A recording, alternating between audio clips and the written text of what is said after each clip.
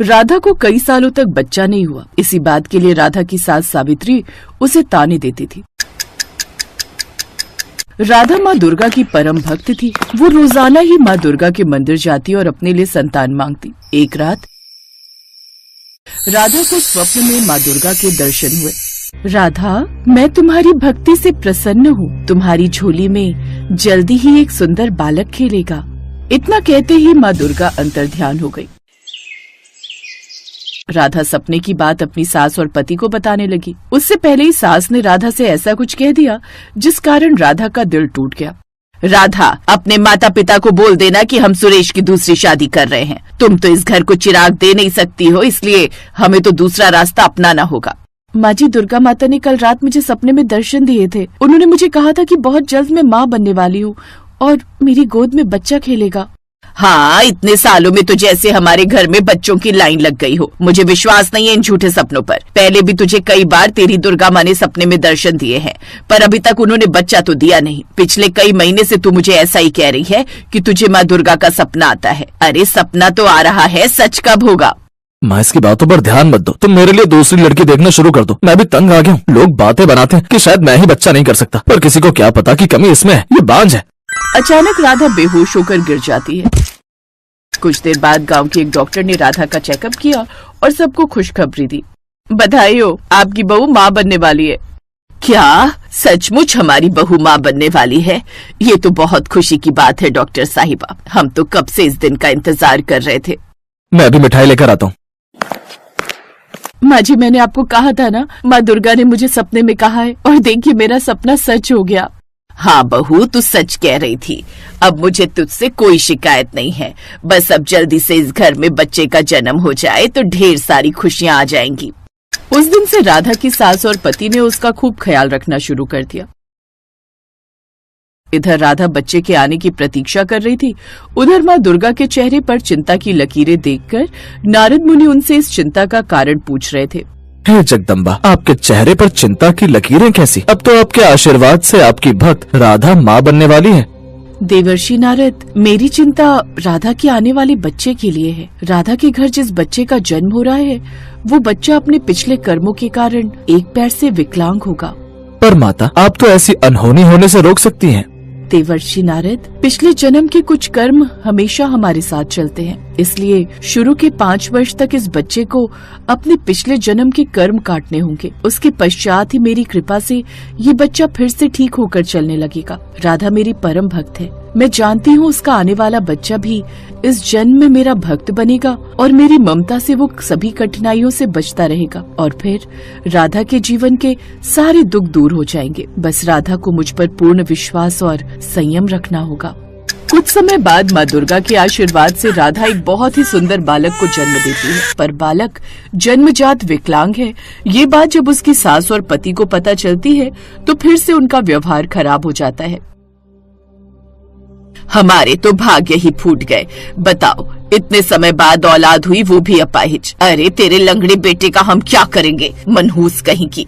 माँ, मैं तो कहता हूँ इसे इसके बेटे के साथ यहाँ से मायके भेज दो। मैं इस लंगड़े को बिल्कुल नहीं देख सकता।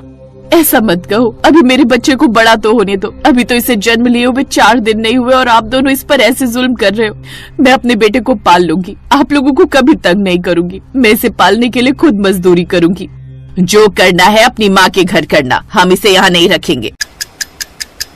राधा की सास और पति ने उसे घर से निकाल दिया। राधा रोती हुई अपने बच्चे को लेकर मायके आ गई और उस दिन से राधा ने खुद से मजदूरी करना शुरू कर दिया। राधा ने अपने बेटे का नाम तिलक रखा। तिलक धीरे धीरे बड़ा होने लगा, पर वो चल नहीं पाता था। राधा उसे गोदी में उठाकर नहलाती, धुलाती, तैयार करती और माँ दुर्गा के मंदिर लेकर जाती। तिलक राधा के साथ मिलकर माँ दुर्गा की पूजा करता। तभी मंदिर के पुजारी बाबा उसके पास आए और उससे बोले, राधा बेटी, तुम कह रही थी ना वैष्णो देवी के लिए बस जाएगी, तो मैं तुम्हें बता दूं, अगले हफ्ते वैष्णो देवी यात्रा के लिए मुफ्त बस सेवा दी जा रही है। तुम चाहो तो वैष्णो माता की यात्रा पर जा सकती हो। तुम्हारा मन था ना तिलक को माता वैष्णो के दर्शन कराने का? हाँ पंडित जी, मन तो बहुत है तिलक को माँ दुर्गा के मंदिर वैष्णो धाम ले जाने का। वैसे इससे अच्छा मौका मिलेगा भी नहीं। मैं चली जाऊंगी पंडित जी, आप मेरे लिए बोल दो। राधा बहुत खुश थी। वो अपनी माँ के साथ बेटे तिलक को लेकर वैष्णो देवी की यात्रा पर जाती है। कटरा पहुँचने के बाद वो लोग वैष्णो देवी की चढ़ाई शुरू करते हैं। कुछ घंटे बाद राधा वैष्णो धाम पहुँचती है। राधा तिलक को वहीं एक बेंच पर बिठा देती है। माँ, आप तिलक का ध्यान रखो, मैं प्रसाद खरीद लूँ, फिर हम दर्शन को चलेंगे।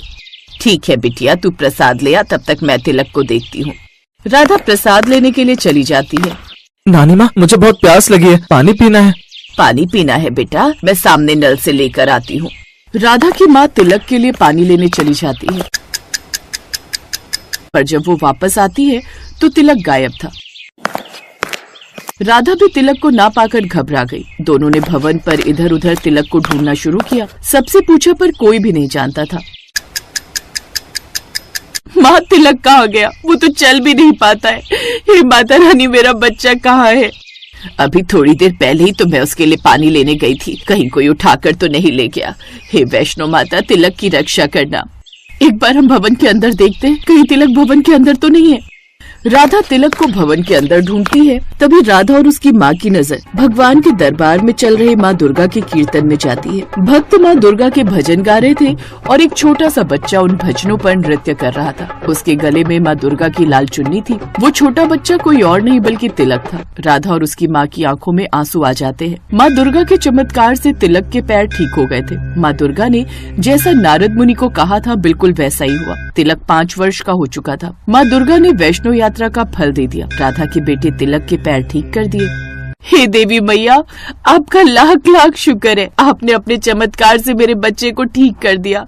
मेरा तिलक खेलने कूदने लगा। आपकी जय हो दुर्गा मैया, आपकी सदा ही जय हो। राधा खुशी खुशी वैष्णो देवी की यात्रा करके वापस लौटती है।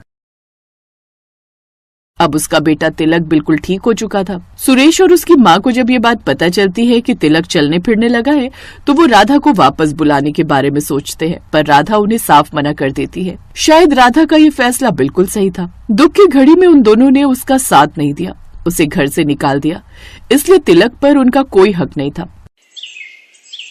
माँ दुर्गा का नाम लेकर राधा अपने बेटे तिलक के साथ खुशी खुशी जीवन बिताने लगी। शिवपुर गांव में आदि और शालू अपने चाचा प्रीतम और चाची नर्मदा के साथ रहते थे। उन दोनों के माता पिता का देहांत रोड एक्सीडेंट में हो गया था। जहां प्रीतम बच्चों को बेहद प्यार करता था, तो वहीं नर्मदा उनके साथ बहुत बुरा बर्ताव करती थी। एक दिन शालू घर के बाहर अपनी सहेलियों के साथ खेल रही थी। तभी नर्मदा उसको आवाज लगाते हुए कहती है, अरे ओ शालू की बच्ची, कहाँ मर गई? अभी आई चाची। जब देखो तब खेलती रहती है। घर का काम क्या तेरा बाप करेगा? पर चाची, घर का सारा काम खत्म करके ही मैं खेलने गई थी। काम खत्म हो गया है तो रात के खाने की तैयारी कर ले, तेरे चाचा आते ही होंगे। तभी आदि वहाँ आ जाता है। क्यों रे, कहाँ घूम रहा था? कभी घर पर भी टिक जाया कर। चाची, मैं पास वाले दुर्गा माँ के मंदिर गया था। मंदिर जाने की क्या जरूरत थी? खेत पर ही चला जाता अपने चाचा का हाथ बटाने, उन्हें भी कुछ आराम मिल जाता। हाँ चाची, पहले खाना खा लूं, फिर चला जाऊंगा। पर खाना तो खत्म हो गया, अब रात को ही मिलेगा। आदि बिना कुछ खाए भूखा ही खेत पर जाने के लिए निकल जाता है। पर शालू को ये बात अच्छी नहीं लगती और वो अपनी चाची से कहती है, चाची, आपने आदि भैया से झूठ क्यों कहा? वो भूखा ही चला गया। तू जरा सी लड़की मुझे झूठी बता रही है। आने दे, तेरे चाचा को फिर बताती हूँ तुझे। फिर शाम को दोनों चाचा भतीजा घर वापस आते हैं। उनके आते ही नर्मदा उन दोनों के खिलाफ प्रीतम के कान भर देती है, जिससे वो उन दोनों को घर से बाहर निकाल देता है। रात को ठंड में दोनों सड़क पर चले जा रहे थे।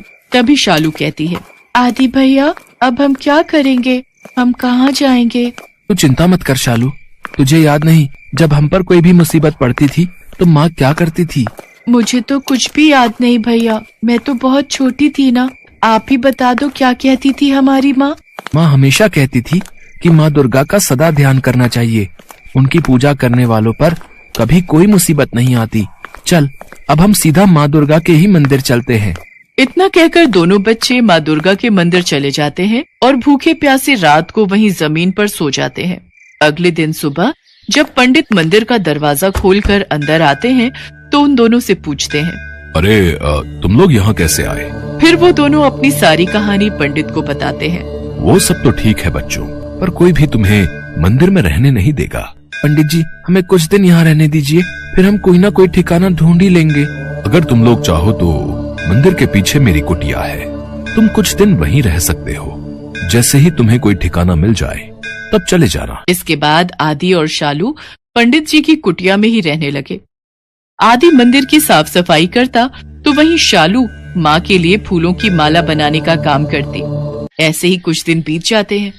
एक रात आदि के सपने में माँ दुर्गा आती हैं और उससे कहती हैं, वत्स, तुम दोनों भाई बहन की भक्ति से मैं बेहद प्रसन्न हूँ। अभी तुम दोनों को बहुत सारे कार्य करने हैं, अपने माता पिता का नाम रोशन करना है।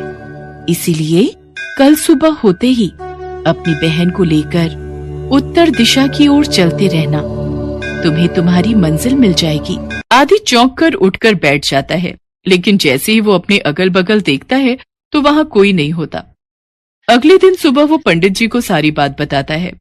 पंडित जी ने उन्हें खाना और कुछ पैसे दे दिए। दोपहर होते होते वो दोनों चलकर काफी दूर निकल आए थे। फिर दोनों एक पेड़ के नीचे बैठकर खाना खाने लगे। तभी उनके पास एक भिखारी आता है। फिर आदि और शालू अपने खाने में से थोड़ा थोड़ा उस भिखारी को भी दे देते हैं। बच्चों, तुम दोनों ने खुद आधा पेट खाकर मुझे खाना दिया है। मेरे पास तुम्हें देने को तो कुछ नहीं है, पर आज मैं तुम्हें ऐसा मंत्र बताता हूँ जिसका जाप करके तुम जो भी काम करोगे उसमें सफलता तुम्हें जरूर मिलेगी। पर बाबा, आपको इस मंत्र के बारे में कैसे पता? तू ये मंत्र याद कर ले बस, फिर देख तेरी जिंदगी संवर जाएगी। तुझे याद तो होगा ही कि माँ दुर्गा ने तेरे सपने में आकर क्या कहा था। लेकिन आप इस बारे में कैसे जानते हैं बाबा कि दुर्गा माँ मेरे सपने में आई थी और उन्होंने क्या कहा था? तभी वो भिखारी हनुमान के रूप में प्रकट हो जाते हैं। जय श्री राम। बच्चों, माँ दुर्गा के आदेशानुसार मैं हमेशा तुम लोगों के साथ रहूंगा और तुम दोनों के ऊपर कोई कष्ट नहीं आने दूंगा। इतना कहकर हनुमान जी अंतर्ध्यान हो जाते हैं।